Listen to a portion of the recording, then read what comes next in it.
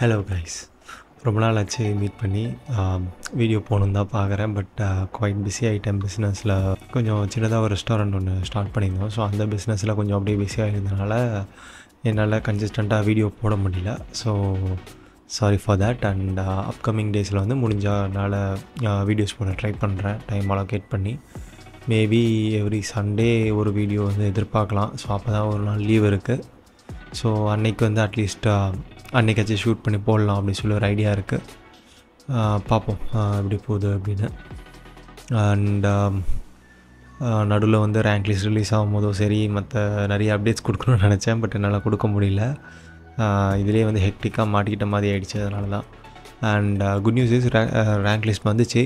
And என்னோடய rank வந்து luckily பார்த்தா ஒரு 151 ரேங்க் இருக்கும். அண்ட் கம்யூனிட்டி ரேங்க் வந்து பார்த்திங்கன்னா ஆல்மோஸ்ட் ஒரு 90 கிட்ட வந்துருந்துச்சு. I think so 90th rank in community.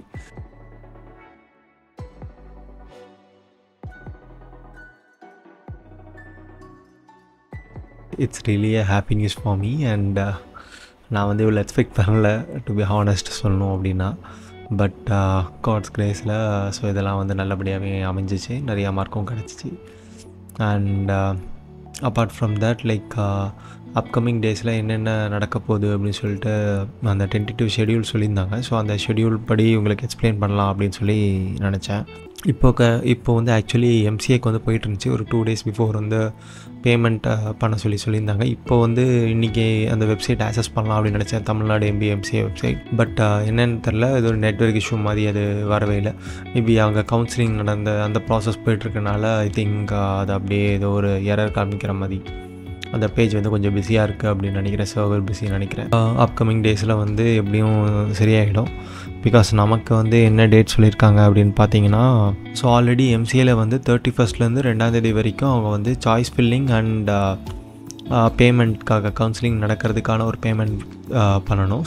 அந்த டேட் வந்து நீங்கள் ஃபில் பண்ணுங்கன்னு சொல்லியிருந்தாங்க. பட் இன்றைக்கி என்ன ஆச்சுன்னா, இன்றைக்கி போய் பார்க்கும்போது அந்த வெப்சைட் வந்து நம்மளால் ஆக்சஸ் பண்ண முடியல, ஓப்பன் பண்ண முடியல. ஸோ சர்வர் பிஸியாக இருந்து அந்த மாதிரி இருந்துச்சு. ஸோ யாருமே ஸோ நமக்கு வந்து அலாட்மெண்ட் கொடுக்குறாங்களே, ஓப்பன் பண்ண உடனே வந்து எல்லோரும் கொஞ்சம் புக் பண்ண ட்ரை பண்ணுங்கள், சாய்ஸ் ஃபில்லிங் பண்ணி ஃபீ பேமெண்ட் பண்ணிடுங்க. லாஸ்ட் நாள் புஷ் பண்ணால் மேபி இந்த மாதிரி எரர்ஸ் வந்து நடக்கிறது கொஞ்சம் நமக்கு சான்சஸ் இருக்குது. பிகாஸ் நான் இப்போ கூட அந்த வெப்சைட் ஆக்சஸ் பண்ணேன். லைக் இப்போது ஆல்மோஸ்ட் டைம் இன்றைக்கி 3 ஆகிடுச்சு, 12:20. ஒரு 20 minutes பிஃபோர் ட்ரை பண்ணும்போது கூட அந்த சர்வர் வந்து பிஸியாக இருந்த மாதிரி தான் இருந்துச்சு. ஸோ இன்றைக்கி தான் லாஸ்ட் டே, செகண்டு. பட் இன்றைக்கி மதியானமே ட்ரை பண்ணும்போதே வரல. ஸோ லாஸ்ட் டேயில் வந்து கவுன்சிலிங் அப்ளை பண்ணலாம்னு நினைக்கிறவங்களுக்கு மேபி அவங்க இந்த ஸ்லாட்டை மிஸ் பண்ணியிருக்கலாம். ஸோ நாளைக்கு வந்து டென்டேட்டிவ் அலாட்மெண்ட் இது கொடுப்பாங்க. ஸோ எப்படி கவுன்சிலிங் வந்து நமக்கு ப்ரிஃபர் பண்ண அந்த எந்த காலேஜில் சீட்டு கிடச்சிருக்கு அப்படின்ற மாதிரி அவங்களுக்கு வரும். அதுக்கு வந்து நீங்கள் கன்ஃபர்மேஷன் கொடுக்குறது வந்து 4th நீங்கள் வந்து கன்ஃபர்மேஷன் கொடுக்கணும். 4th August வந்து 5 மணிக்குள்ளே கன்ஃபர்மேஷன் கொடுக்கணும். ஃபார் எம்சிஏக்கு நான் சொல்லிகிட்ருக்கேன். ஸோ அதுக்கப்புறம் ப்ரொவிஷ்னல் அலாட்மெண்ட் வந்து உங்களுக்கு ஃபைனலாக வந்து 5th August வந்து இது கொடுக்குறாங்க. ஸோ சேம் டே நமக்கு என்னென்னு பார்த்தீங்கன்னா, நமக்கும் வந்து ஒரு எம்பிஏ கேண்டிடேட்ஸ்க்கெலாம் வந்து பேமெண்ட் அண்ட் சாய்ஸ் ஃபில்லிங் வந்து 5 ஓப்பன் ஆகுது. 8 வரைக்கும் டைம் கொடுத்துருக்காங்க, 8 5 மணி வரைக்கும். பட்டு யாரும் லாஸ்ட் டே புஷ் பண்ணாதீங்க. ஃபஸ்ட்டு டே அதிகபட்சம் போனால் அடுத்த நாளே புக் பண்ண ட்ரை பண்ணுங்கள். அதாவது 5, 6, 7 வரைக்கும் வேணால் வச்சுக்கோங்க.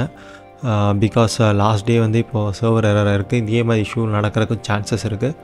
ஸோ 5 உங்களுக்கு 8 வரைக்கும் கொடுத்துருக்காங்க. பட் 5, 6, 7 3 நாள் பாருங்கள்.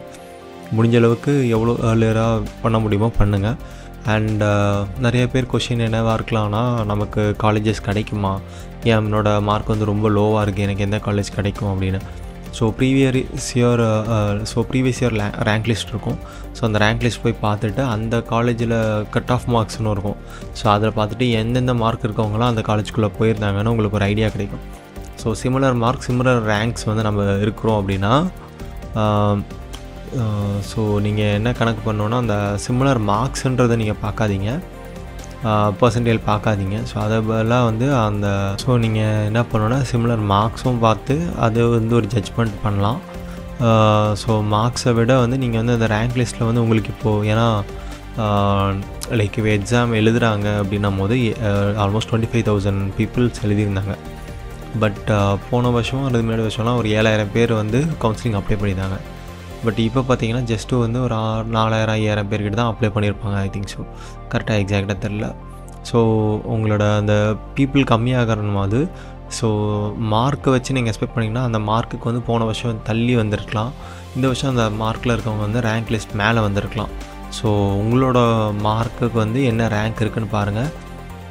போன வருஷம் வந்து அந்த கட் ஆஃபில் உள்ளே போயிருப்பாங்களே, ஸோ அவங்களோட அந்த ரேங்க்லாம் என்னவாக இருந்திருக்கும் பாருங்கள். ஸோ உங்களோட ரேங்க்குக்கும் அவங்களோடதும் அந்த கம்பேர் பண்ணி பாருங்கள். ஸோ அந்த சிமிலர் ரேங்க்ஸ் வந்து ஓரளவுக்கு மேட்ச் பண்ண முடிஞ்சுன்னா நீங்கள் வந்து போகலாம். ஸோ ஒரு பஃபர் மாதிரி வச்சுக்கோங்க. ப்ளஸ் ஆர் மைனஸ் ஒரு 50 ரேங்க்ஸ் ஆர் 100 ரேங்க்ஸ் அந்த மாதிரி வச்சுருந்து நீங்கள் ஷார்ட் லிஸ்ட் பண்ணிங்கன்னா எந்தெந்த காலேஜில் உங்கள் மார்க்கு எலிஜிபிளாக இருக்குன்னு உங்களுக்கு ஒரு ஐடியா கிடைக்கும். ஸோ அதில் எது பெஸ்ட்டாக இருக்குமோ அந்த ஆப்ஷன் படி நீங்கள் கொடுங்க. ஸோ மேபி எல்லாேருக்கும் ஃபஸ்ட் ப்ரிஃபரன்ஸ் வந்து எனக்கு இந்த காலேஜ் கிடச்சா இன்னும் நல்லாயிருக்கும் அப்படின்னு நினைப்பீங்க. அதுவும் ஒரு ஃபஸ்ட் ஆப்ஷனாக நீங்கள் கொடுத்து வச்சுக்கோங்க, ஒன்றும் தப்பு இல்லை. பிகாஸ் இஃப் லக்கிலி உங்கள் கம்யூனிட்டி ரேங்க் கொஞ்சம் ஹையாக இருக்கும் போது இல்லை ஏதாவது ஒரு சான்சஸில் உங்களுக்கு கிடைக்கிறதுக்கு ஒரு சின்ன சான்ஸ் இருக்குன்னா அதை விட வேணாம்.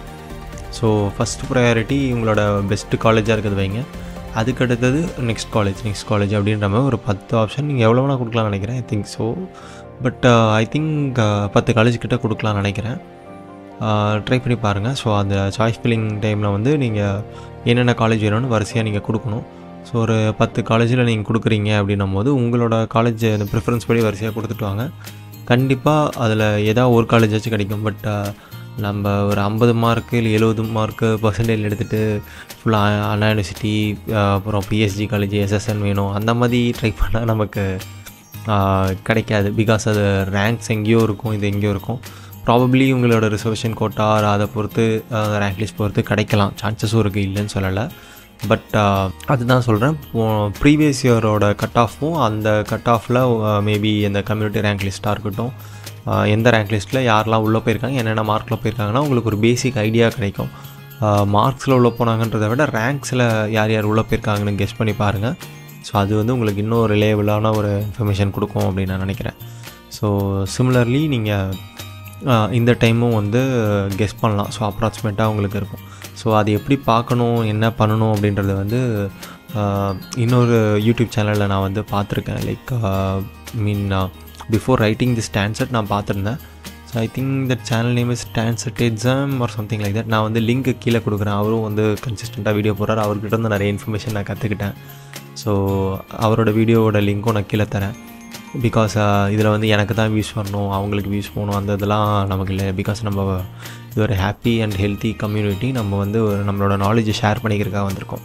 ஸோ நம்மளை விட இன்னொரு கிரியேட்டர் பெஸ்ட்டாக கொடுக்குறாங்க, பெஸ்ட்டாக எக்ஸ்பிளைன் பண்ணுறாங்கன்னா அவங்களோட லிங்க்ஸ் கொடுக்குறதோ இல்லை அவங்களுக்கு கிரெடிட்ஸ் கொடுக்குறதோ அதில் எந்த விதத்துலையும் நம்ம குறைஞ்சி போயிட மாட்டோம். ஸோ நான் வந்து அந்த சேனலோட இதை வந்து நான் ப்ரிஃபர் பண்ணுறேன். நான் லிங்க் உங்களுக்கு கொடுக்குறேன். ஸோ அவர்கிட்ட பேசுனதும் இல்லை எந்த ஒரு இதுவும் இல்லை. பட் பிகாஸ் நம்ம சேனல்லே கம்மியாக தான் பார்க்குறீங்க. பிகாஸ் நமக்கு வந்து நம்ம ஒன்றும் அவ்வளோ பெரிய சேனலாக இன்னும் மாறல, கம்மியான வியூவர்ஸ் தான். But still maybe it will be யாரெல்லாம் பார்க்குறீங்களோ அவங்களுக்கு ரேங்க் லிஸ்ட் வந்து எப்படி நம்ம சார்ட் அவுட் பண்ணி எப்படி கண்டுபிடிக்கணும் அப்படின்னு தெரியணும் அப்படின்னு நினச்சிங்கன்னா அவரோட வீடியோ நான் லிங்க் கொடுக்குறேன். ஸோ அந்த லிங்க்கு மூலயமா நீங்கள் போய் பாருங்கள். So that will get an clear picture of how to choose your college அப்படின்ற மாதிரி. ஸோ அடுத்து என்னென்னா அந்த சாய்ஸ் ஃபில்லிங் முடிஞ்ச உடனே உங்களுக்கு அப்புறம் கவுன்சிலிங் நடக்கும். கவுன்சிலிங் நடந்து முடியும். என்னென்ன டேட்டில் கவுன்சிலிங் நடக்கும்னா 8ஆம் தேதி 5 மணிக்கு நம்ம இது பண்ணுறோம்ல.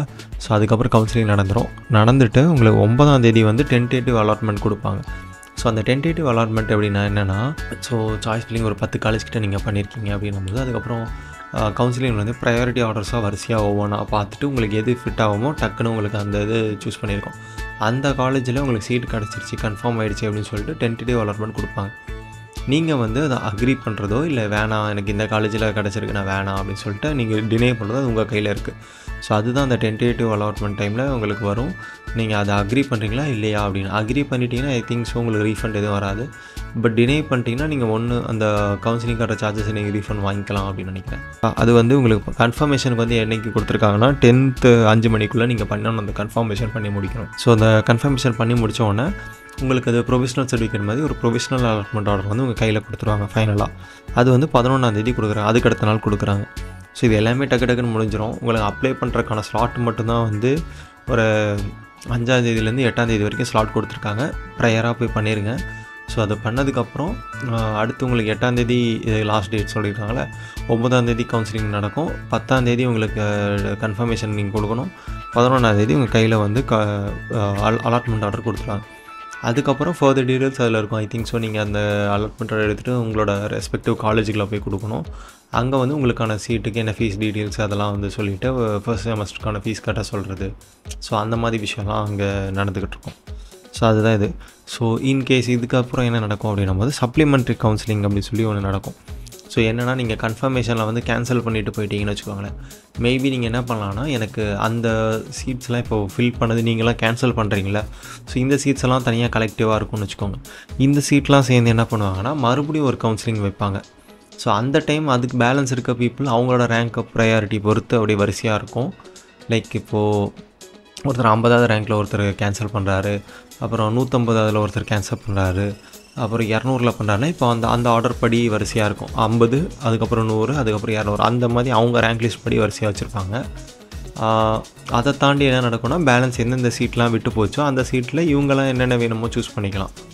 ஸோ அது சூஸ் பண்ணிவிட்டு அது இந்த ரேங்க் லிஸ்ட் படி அவங்களுக்கு ப்ரையாரிட்டைஸ் பண்ணி ஆர்டர் சீட் வரும். பட் பெரிய பெரிய காலேஜஸில் மேக்ஸிமம் இது நடக்கிறதுக்கு சான்சஸ் கம்மி தான். பட் ஒரு எல்லோரும் பேக்கப் பிளான்ஸாக கொடுத்து வச்சுருக்கதோ, இல்லை சில பேர் வந்து கிடைக்குதா பார்ப்போம், நமக்கு பிடிச்ச காலேஜ் கிடைக்குதா பார்ப்போம், அப்படி கிடைக்கலனா நம்ம அதை பண்ண வேணாம் அப்படின்னு சொல்லிட்டு என்ன பண்ணுவாங்கன்னா வச்சுருப்பாங்க. ஸோ மேபி அவங்க பிடிச்ச காலேஜ் அவங்களுக்கு கிடைக்கல அப்படின்னும் போது அவங்க என்ன பண்ணியிருப்பாங்கன்னா அதை அப்படியே ரிஜெக்ட் பண்ணியிருப்பாங்க. ஸோ அந்த இவங்க ரிஜெக்ட் பண்ண காலேஜ் வந்து சில பேருக்கு வந்து இன்னும் அது வந்து அவங்களோட ஃபர்ஸ்ட் ப்ரையாரிட்டியாக இருக்கலாம், இல்லை அவங்களோட செகண்ட் ப்ரையாரிட்டியாக இருக்கலாம். ஸோ அவங்க வந்து இந்த சப்ளிமெண்ட்ரி கவுன்சிலிங் போகும்போது எனக்கு வந்து இந்த காலேஜ் எனக்கு வந்துச்சுன்னா பெட்டராக இருக்கும்னு நினச்சி அவங்க ட்ரை பண்ணலாம். If seats allotment and rank list எல்லாமே கரெக்டாக இருந்துச்சுன்னா உங்களுக்கு அது கிடைக்கிறதுக்கான சான்சஸ் இருக்குது. ஸோ அது நடக்கும். ஸோ எம்சிஏக்கு வந்து 12ஆம் தேதி நடக்குது, அண்ட் எம்பிஏக்கு வந்து 13ஆம் தேதி நடக்குது. பட் இந்த சப்ளிமெண்ட்ரி கவுன்சிலிங்க்கு என்னென்னா, நீங்கள் வந்து ஜிசிடி கோயம்புத்தூருக்கு வந்து நேரடியாக போகணும், நேரில் போய் அந்த கவுன்சிலிங் வந்து அட்டன் பண்ணுற மாதிரி இருக்கும். அண்ட் சப்ளிமெண்ட்ரி கவுன்சிலிங் வந்து எம்சிஏக்கு வந்து 12லேயே கொடுத்துருக்காங்க. பட் டான்செட் எழுதுகிற எம்பிஏக்கு வந்து என்ன அப்படின்னு பார்த்தீங்கன்னா, உங்களோட மார்க்ஸ் வந்து 100லேருந்து 50 வரைக்கும் இருக்குன்னா உங்களுக்கு 13th நடக்கும், 50க்கு கீழே இருக்குது அப்படின்னா உங்களுக்கு 14th நடக்கும். ஸோ இது முடியும், சப்ளிமெண்ட்ரி கவுன்சிலிங் முடியும். அண்ட் இது வந்து இன்பர்சனாக நீங்கள் போகிறனால உங்களுக்கு அலாட்மெண்ட் வந்து ஆன் ஸ்பாட்லேயே உங்களுக்கு கொடுத்துட்டு அங்கேயே வந்து உங்கள் கையில் ப்ரொவிஷனல் அலாட்மெண்ட்டை கொடுத்துருவாங்க. ஸோ அதுக்கப்புறம் அதோட உங்கள் கவுன்சிலிங்லாம் முடிஞ்சிருச்சு. ஸோ இதுதான் வந்து இந்த கவுன்சிலிங்கான ப்ரொசீஜர். லாஸ்ட்டாக வந்து எஸ்சிஏ அண்ட் எஸ்சி கவுன்சிலிங் அப்படின்னு சொல்லிட்டு அதுவும் இன்பர்சன் மோட்லேயே நடக்குது. அது வந்து 16th ஆகஸ்ட்டில் நடக்குது. அண்ட் அந்த அதோட டேட்டோட கவுன்சிலிங்கே ஃபுல்லாகவே கம்ப்ளீட் ஆகிடுது.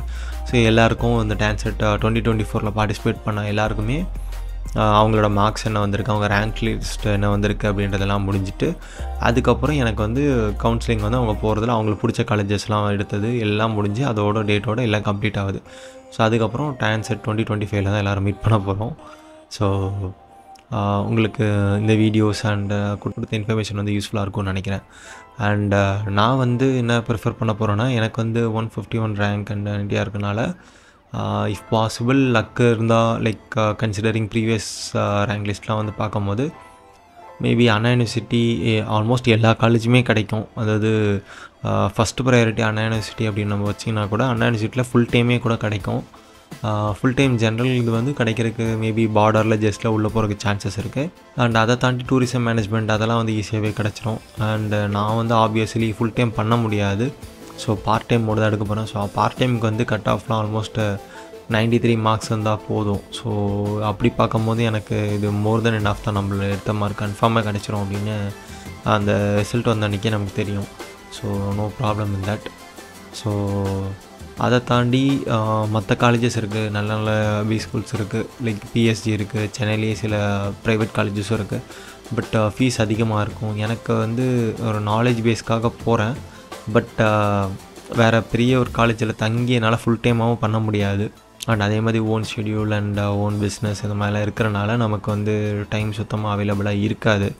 ஸோ அதனால் எனக்கு அண்ணா யூனிவர்சிட்டியில் எம்பிஏ பண்ணுறது வந்து கன்வீனியண்ட்டாக இருக்கும். அதுவும் பார்ட் டைம் எம்பிஏ தான் கன்வீனியண்ட்டாக இருக்கும் அப்படின்னு தோணுது. ஸோ அதான் எடுக்கிறேன். பார்ப்போம். ஆல்ரெடி வந்து டிஸ்டன்ஸ் எஜுகேஷன் ஒன்று போட்டிருக்கோம், அதை தாண்டி இது ஃபுல் டைம் போடுறோம். So I mean part time போடுறோம். ஸோ ரெண்டும் சேர்ந்து முடித்தோன்னா மேபி டபுள் MBA பண்ண மாதிரி இருக்கும். லைக் எதுக்கு இத்தனை பண்ணுறேன் அப்படின்ற மாதிரி கேட்கலாம். பட் நான் வந்து அந்த டிஸ்டன்ஸ் எஜுகேஷன் வந்து ஜஸ்ட் ஒரு பியூர் நாலேஜ் அண்ட் க்யூரியாசிட்டியை ஃபீட் பண்ணுறதுக்காக அதுக்காக படித்த மாதிரி இருக்கும். பட் ஒரு ப்ரொஃபஷ்னல் MBAவை எனக்கு பிடிச்ச மேஜர்ஸில் அதை இன்னும் நல்லா டெவலப் பண்ணிக்கிறதுக்காக ஸோ நான் வந்து இந்த பார்ட் டைம் மோடு MBA வந்து பண்ணலாம் அப்படின்ட்டு இருக்கேன். பிகாஸ் இதில் டியூவல் ஸ்பெஷலைசேஷன் இருக்கும்.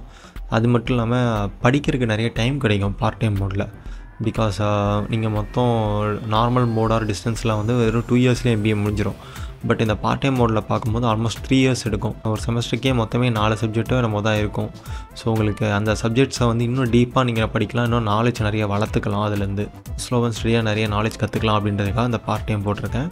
அதை தாண்டி அந்த டிஸ்டன்ஸ் எஜுகேஷன் வந்து அடிஷ்னல் நாலேஜ் அண்ட் ஒரு பேசிக் ஐடியா நமக்கு கொஞ்சம் கிடைக்கும். ஸோ வந்து நம்ம விளையாடுற ப்ளே கிரவுண்டை தெரிஞ்சுக்கிட்டால் தான் நம்ம கரெக்டாக விளையாட முடியும் சொல்லுவாங்கள்ல. ஸோ அது மாதிரி எப்படி இருக்கும் கொஞ்சம் அந்த எக்ஸாம்ஸில் என்ன மாதிரி கொஷின் வரும். ஸோ அதெல்லாம் கொஞ்சம் ப்ரிப்பேராக இருக்கிறது ஒரு வே ஹெட்டாக ஒரு மாக் எக்ஸாம் எழுதுன மாதிரியும் இருக்கும். ஸோ அந்த கண்டென்ட்டை பற்றி ஒரு ப்ரீஃபாக சின்னதாக ஒரு ஐடியாஸ் கிடச்சிரும் முன்னாடியே.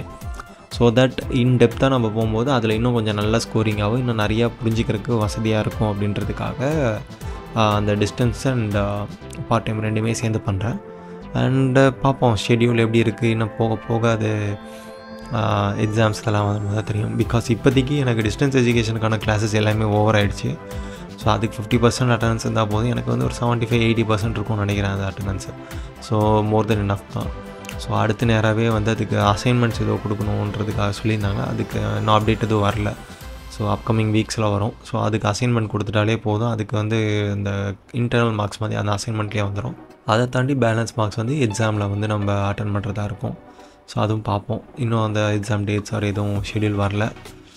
மோஸ்ட் ப்ராபப்ளி செப்டம்பர் நடக்கும்னு சொன்னாங்கன்னு நினைக்கிறேன். பட் அப்டேட் எதாவது வந்துச்சுன்னா உங்களுக்கு கண்டிப்பாக அப்டேட் பண்ணுறேன், சொல்கிறேன். அண்ட் இதோட ப்ராசஸ் வந்து இப்போது இந்த ஆகஸ்ட் மாதம் இப்போ வந்துடுச்சா.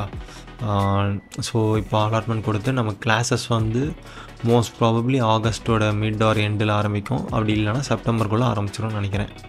ஏன்னா யூஸ்வலாக அண்ணா யூனிவர்சிட்டி எக்ஸாம்ஸ்லாம் வந்து ரெகுலர் எக்ஸாம்ஸ்லாம் வந்து எப்படி இருக்குன்னா நவம்பர் டிசம்பர் நடக்கும், அப்புறம் ஏப்ரல் மேல நடக்கும்ல. ஸோ அதே மாதிரி கான்செப்டில் நீங்கள் நினச்சிங்கன்னா நவம்பர் டிசம்பர் நடக்குன்னா அட்லீஸ்ட் ஒரு 2 months கிளாஸ் இருக்கணும். ஸோ செப்டம்பர் அக்டோபர் நடந்தால் தான் நவம்பர் டிசம்பரில் எக்ஸாம்ஸ் வைக்க முடியும். 2 to 3 months தேவைப்படும். ஸோ எய்தர் ஆகஸ்ட் மிடில் ஆரம்பிக்கும், இல்லைனா செப்டம்பரில் வந்து உங்கள் கிளாஸஸ் ஸ்டார்ட் ஆகும். ஸோ தட் நவம்பர் டிசம்பர் டைமில் உங்களுக்கு அந்த எக்ஸாம்ஸ் வந்து நீங்கள் ஃபேஸ் பண்ணுற மாதிரி இருக்கும் நான் நினைக்கிறேன். ஐ மே பி ராங், பட் என்னோடய ஜென்ரல் கெஸ் என்ன இருக்குதுன்னு நான் சொல்கிறேன். ஸோ ஃபர்ஸ்ட் செமஸ்டர் வந்து இந்த இயர் எண்டுக்குள்ளேயே முடிக்கணும்னு எதிர்பார்ப்பாங்க.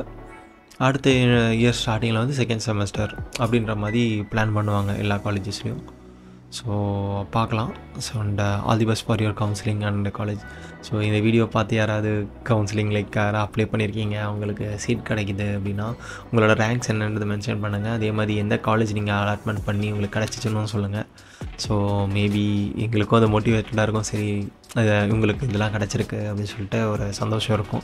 மேபி கீழே பார்க்குறவங்க இல்லை ஃப்யூச்சரில் யாராவது பார்க்குறவங்களுக்கும் கொஞ்சம் யூஸ்ஃபுல்லாக இருக்கும் அந்த கண்டென்ட் அப்படின்னு நான் நினைக்கிறேன். உங்களோட ஜென்ரல் ரேங்க் லிஸ்ட் என்ன, அந்த எந்த காலேஜ் உங்களுக்கு கிடச்சிச்சு அப்படின்றத வந்து ஃப்யூச்சர் வீடியோஸில் வந்து அப்லோட் பண்ணுங்கள். அண்ட் நானும் கவுன்சிலிங் முடிஞ்சதுக்கப்புறம் எனக்கு எப்படி அலாட்மெண்ட்ஸ்லாம் வந்துச்சு அப்படின்றதெல்லாம் உங்களுக்கு வீடியோ போட்டு அதில் வந்து எப்படி இருக்குன்னு சொல்லி எக்ஸ்பிளைன் பண்ணி காமிக்கிறேன்.